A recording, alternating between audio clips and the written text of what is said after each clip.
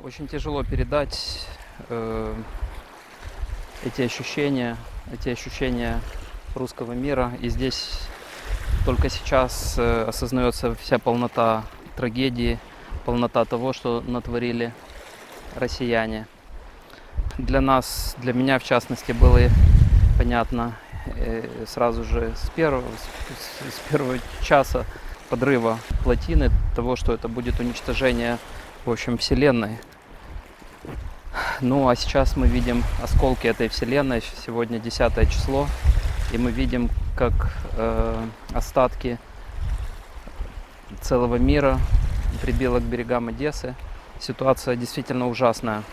Оказались смытыми целые ландшафтные территории, громадные, причем это и национальный природный парк Нижнеднепровский, это и региональный ландшафтный парк частично оказался смытым.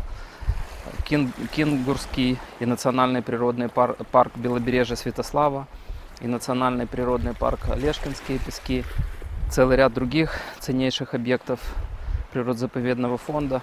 Вот мы видим остатки водно-болотной растительности, деревья плавают, целые острова поприбивало к Одесскому побережью.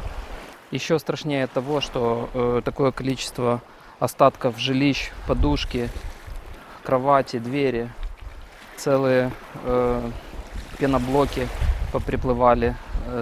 То есть видно, что это разрушенное жилище человека, это чьи-то жизни, чьи-то судьбы. Очень много остатков строительных материалов, стропил, крыш с частицами металлочерепицы. Действительно ситуация ужасная. Ужасная, потому что, как я уже говорю, очевидно, что она касается жизни граждан. После взятия замеров солености воды ТДС метром я увидел, что вода фактически пресная, то есть опресненная, 4 промилле, то есть это почти пресная вода. К тому же вот в данном сформированном буной заливчике вот буквально только что стоял хор лягушек. Это тоже пришельцы, которые на островках к нам приплыли. Одесситы удивляются, фотографируют лягушек, при этом купаются вместе с лягушками. Также я фотографировал тритона. Я думаю, что очень много пресноводной рыбы и тоже прибило к берегам Одессы. Для всех пресноводных обитателей у меня есть плохие новости. Конечно же, соленость воды не может оставаться вечно такой низкой, и очевидно, что все эти животные, вот лягушка проскакала, вы видели, все эти животные обречены. Напоминаю, что соленость воды фактически равняется пресной воде. Это не мешает людям купаться, и цвет воды соответствующий. Остатки строительных конструкций, прямо целые островки из растительности водной. Вот мы видим большой вот этот корень кубышки. Сейчас только что взрыв прогремел далеко где-то в море.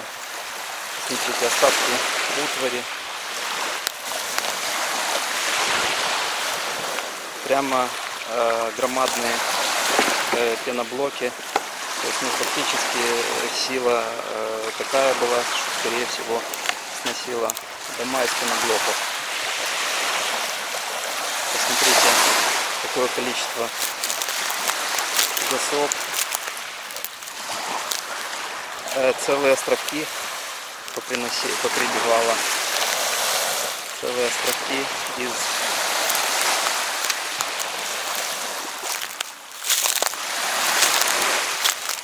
сплетения корней и так далее. При этом дети купаются, люди купаются. Дверь.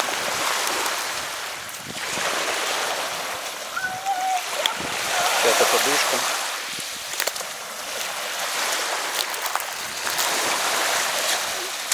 ведра.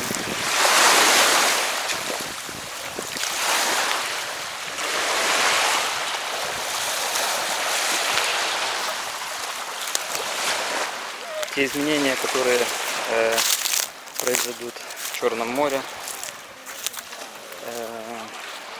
скорее всего, будут связаны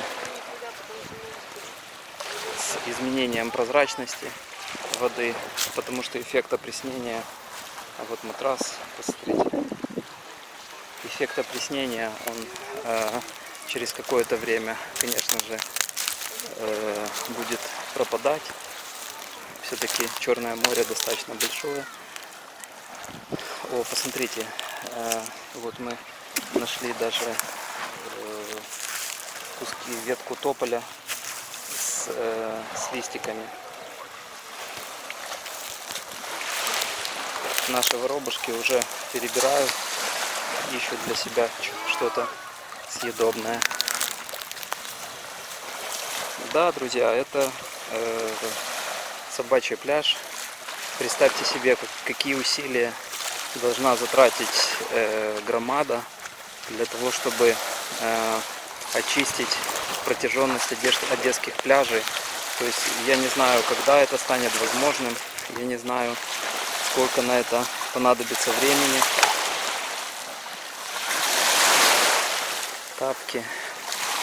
Но это действительно очень серьезная проблема, но это только часть проблемы, потому что если, по крайней мере, побережье можно механически очистить от этого мусора, то что произойдет со всем тем пластиком, который затонул в Черном море, что произойдет со всеми теми донными отложениями. Вот подушка тоже чья-то плавает.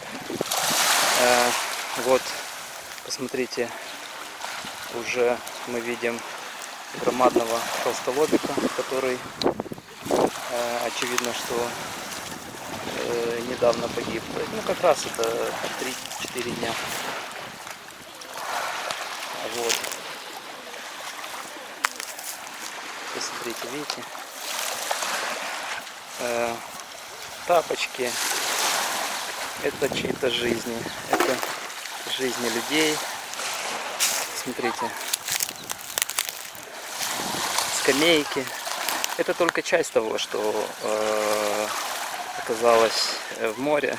Большая часть либо затонула, либо дрейфует дальше по течению, представляя собой очень серьезную угрозу как с точки зрения эпидемиологической ситуации, так и угрозу для всех живых обитателей Черного моря. Проблема еще и в том, что поднявшийся уровень воды, в частности в Днепробукском лимане, скорее всего привел к тому, что часть этого содержимого попала и было заброшено и забрасывается и в Днепробукский лиман, в устье малых речек, таких как Южный Буг и ряд других, Ингулец, вызывая загрязнение еще и лиманов, что тоже достаточно опасно, потому что лиманы это замкнутые системы, и цветения, которые могут возникнуть токсические, там развитие различных бактерий и так далее, тоже могут быть очень опасными. Вот еще одна подушка затонувшая, то есть количество подушек, я так понимаю, говорит о том, что затапливались жилые жилища, и люди, в общем-то, заставались фактически врасплох. Мы в одной лодке и с другими странами, в первую очередь со странами Евросоюза, Румынией, Болгарией, Турцией, и очевидно, что оголяется абсолютно беззубая позиция Организации Объединенных Наций, которая с одной стороны декларирует 17 целей устойчивого развития, а с другой стороны сейчас занимает позицию, что якобы необходимо доказательство того, что Россия подорвала Каховскую плотину. Ну, это очевидно же, и Россия, в общем-то, не пускает международные расследовательские группы для того, чтобы стало видно, что подрыв осуществлялся изнутри.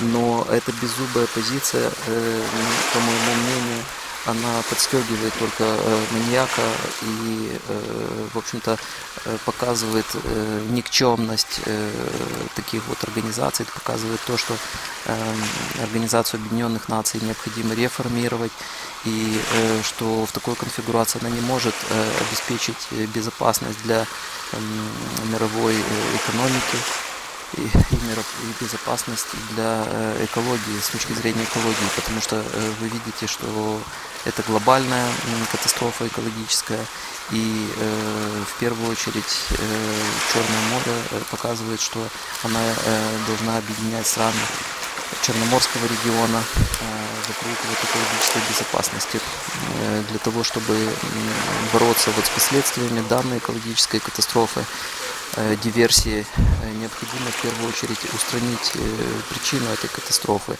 чтобы вот государство, империя зла, Россия перестала существовать в таком виде, в котором она сейчас есть. Поэтому нам необходима перемога, и нам необходима поддержка всех лоббистов, которые могли бы как-то влиять на международные организации для того, чтобы они быстрее и лучше понимали опасность и перестали в конце концов видеть Россию в конфигурации борьбы за мир, и это достаточно глупая вообще ситуация. Больше, друзья, мне вам сказать нечего, кроме как призвать